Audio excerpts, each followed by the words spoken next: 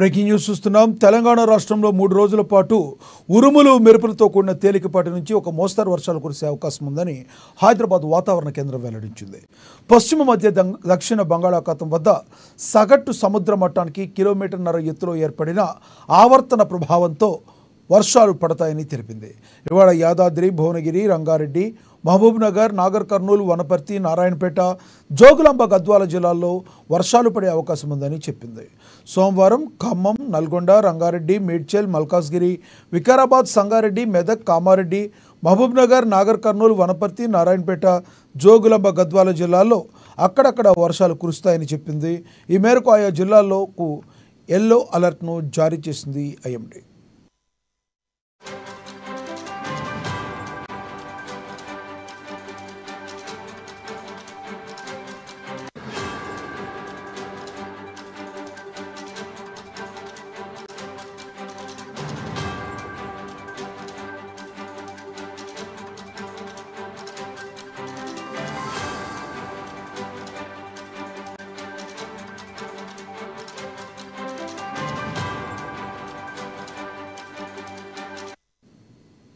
తెలంగాణ రాష్ట్రంలో 3 రోజుల పాటు ఉరుములు మెరుపులతో కూడిన తేలికపాటి నుంచి మోస్తరు వర్షాలు కురిసే అవకాశం ఉందని హైదరాబాద్ వాతావరణ కేంద్రం వెల్లడించింది.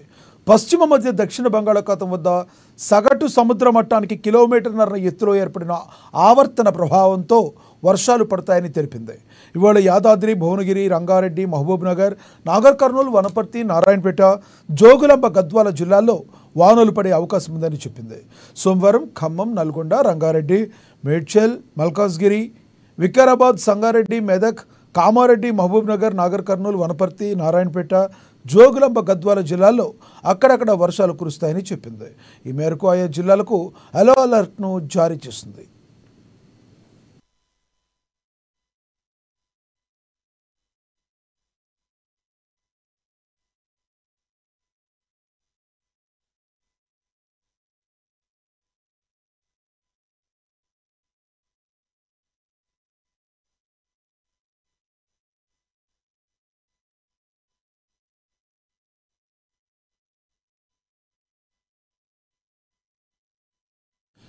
తెలంగాణ